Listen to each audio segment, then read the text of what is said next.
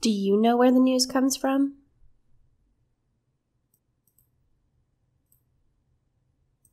First off, what is the news?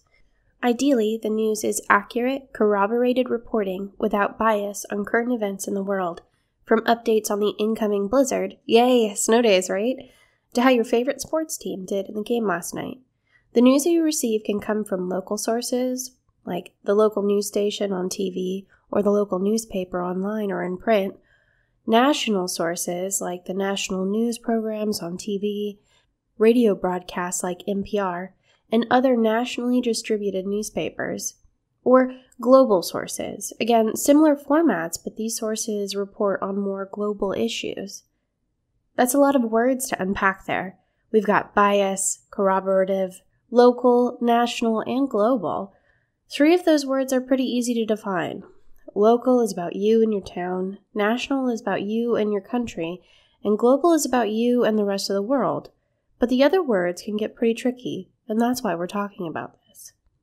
Since we're in the business of defining words right now, bias means showing a strong opinion or preference for or against something or someone, and corroboration means an additional source that confirms or supports a news story, article, or piece of information.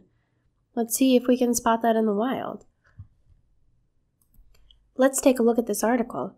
We need to look at who wrote it and what else they've written, who they've published through, and if we can find other sources that can verify what's being claimed and what we're reading.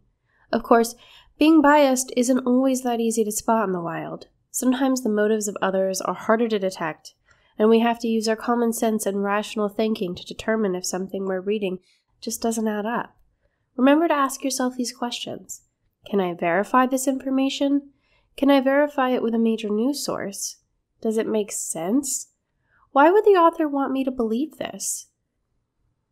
It's not always going to be easy to identify the truth, but you can start by finding trusted sources, and you can always rely on tools like Snopes to see if something that doesn't sound quite right holds up to further examination.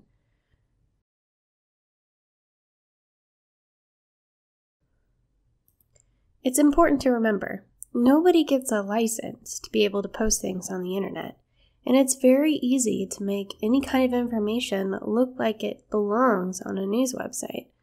It's easy to make a website look like a news website. Taking the time to take a step back and verify the information that you're reading is what's going to make you the savvy digital citizen.